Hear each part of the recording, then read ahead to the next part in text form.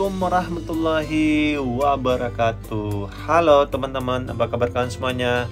Mudah-mudahan kalian pada sehat ya, amin. Kembali lagi sama saya Abdul Fattah Arifin. Dan kali ini kita akan ngebahas tentang 13 sungai yang menjadi tupoksinya pemerintah pusat, tetapi pemerintah daerah, dalam hal ini DKI Jakarta, ikut dalam penanganan ataupun perawatan sungai di Jakarta, padahal itu masuk tupoksinya pemerintah pusat. Di sini saya akan menyajikan dua sumber berita ya. Yang pertama dari voi.id dan detik.com, sehingga saya mempunyai legal standing ya dalam menjelaskan ini, tidak hanya bercerita ataupun ngalur kidur ngomongnya ataupun menjelaskannya. Oke, kita akan mulai dari voi.id ya, dengan judul Pemprov DKI ikutan kruk 13 sungai normalisasi garapan pemerintah pusat. Ini edisi 5 Maret tahun 2020. Metode normalisasi 13 aliran sungai di Jakarta digadang-gadang jadi kunci penanganan banjir ibu kota. Normalisasi adalah cara yang digunakan untuk menyalurkan air yang masuk ke sungai dengan kapasitas mencukupi, terutama air yang berlebih saat curah hujan tinggi. Namun, selama ini Pemprov DKI Jakarta tak punya ranah melakukan proyek tersebut karena digarap oleh pemerintah pusat. DKI hanya bertugas membebaskan lahan yang bakal terimbas dari proyek normalisasi. Biar pengerjaannya bisa lebih cepat berjalan, pemerintah pusat dan DKI sepakat penggarapan dilakukan bersama. Kepala Dinas Sumber Daya Air SDA DKI Jakarta saat itu, Juwaini Yusuf, menyebutkan pihaknya akan bisa ikut mengeruk sungai yang dinormalisasi.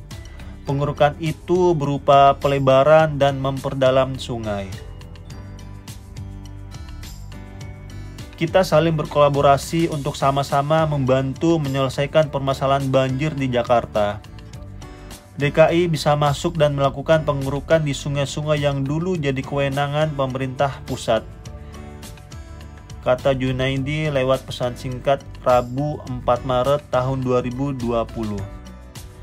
Pengerukan yang bakal turut digarap jajaran Gubernur DKI Jakarta, Anies Baswedan, berada di 13 aliran sungai, yakni Sungai Ciliwung, Angke, Pesanggerahan, Grogol, Krukut, Baru Barat, Mokevard, Baru Timur, Cipinang, Sunter, Buaran, Jatikramat, dan Cakung.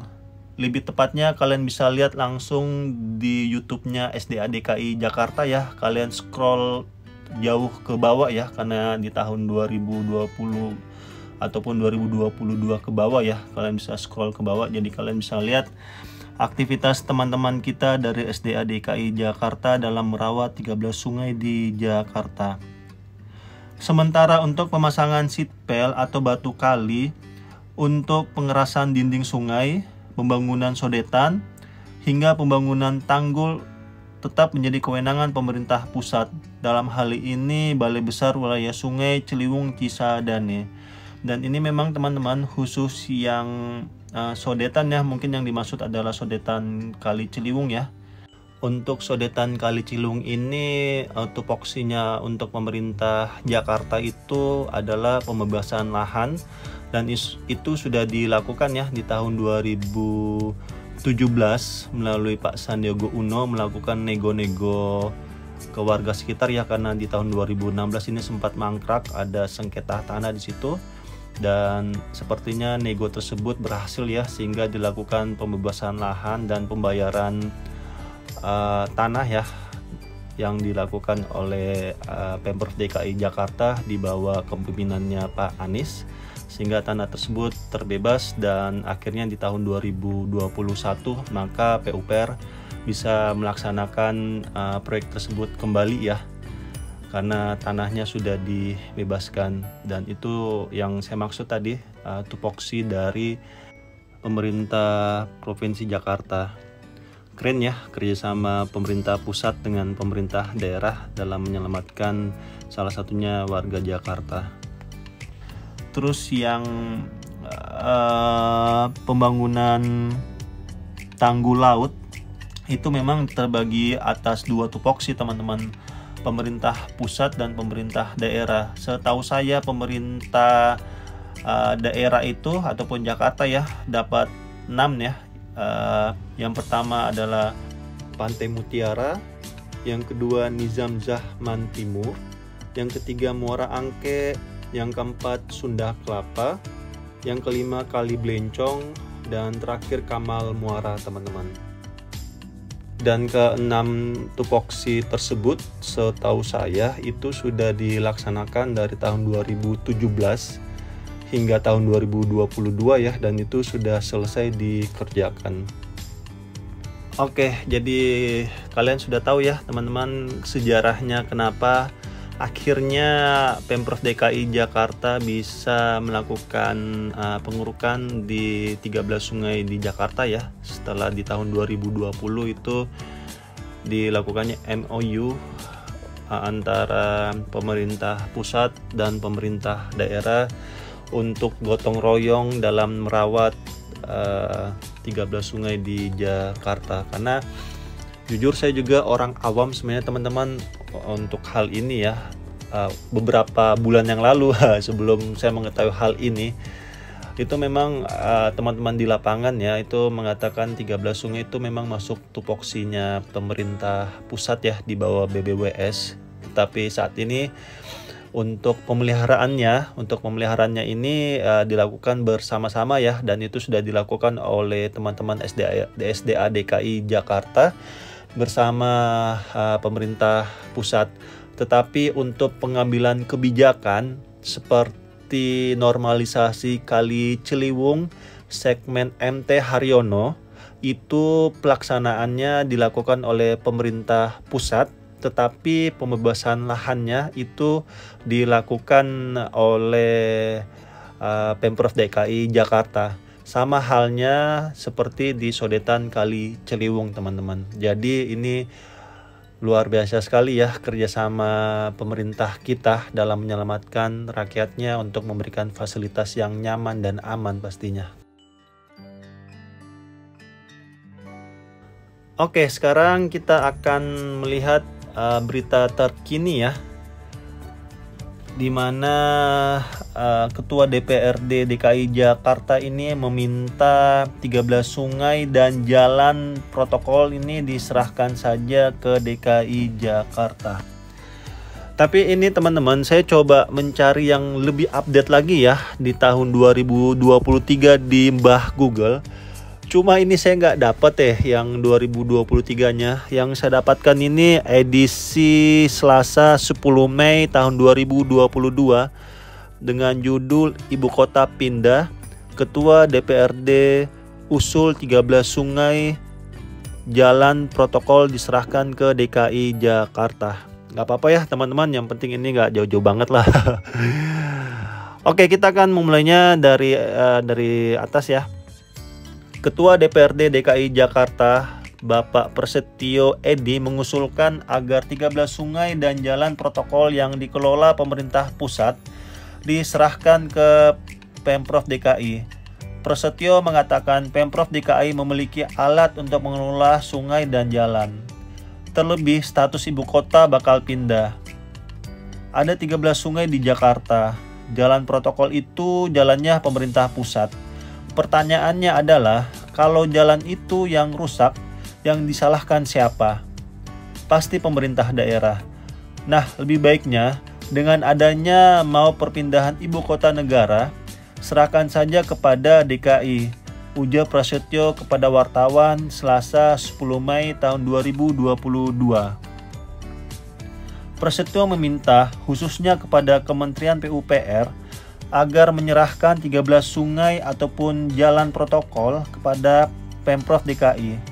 13 sungai yang dimaksud dan Melintas Jakarta adalah Sungai Ciliwung, Angke, Pesanggerahan, Grogol, Krukut, Baru Barat, Mokevart, Baru Timur, Cipinang, Sunter, Buaran, Jati, Kramat, dan Cakung. Karena masalah di Jakarta itu cuma dua, macet dan banjir. Bagaimana cari solusinya? Jadi jangan bisanya hanya salah-salahan antara pemerintah pusat dengan pemerintah daerah. Ini kan nggak bagus juga ucapnya. Prasetyo mengatakan salah satu jalan yang dimaksud adalah Jalan MH Tamrin menuju Sudirman. Jadi jangan dibuat kebijakan yang agak gimana gitu, to the point aja. Jadi kita nggak pusing main salah-salahan antara pemerintah pusat dan pemerintah daerah. Itu aja kok agak ribet. Jadi Jakarta benar-benar kota bisnis, kota pertanggungjawabannya, wilayah otonomi daerah, dan membantu juga pemerintah pusat untuk konsentrasi di IKN katanya. Prasetyo juga pernah menyampaikan usulan 13 sungai dikelola oleh DKI pada tahun 2019 lalu. Saat itu Prasetyo menyampaikan di hadapan John Wempi Wetipo yang menjabat sebagai Wamen PUPR. Saat itu Edi mengkritik Kementerian PUPR terkait penanganan banjir dan macet. Ini ada 13 sungai, ada jalan protokol juga. Pertanyaannya Pak, Jakarta itu masalahnya sekarang cuma ada dua, macet dan banjir. Kemarin itu cuacanya cukup cerah di Jakarta Pak. 13 sungai yang dikelola oleh PUPR, tidak ada alat satupun yang turun. Kata Edi di hadapan Wamen PUPR, John Wempi Wetipo, dalam Rakornas Forkopimda di Bogor, Rabu 13 November tahun 2019.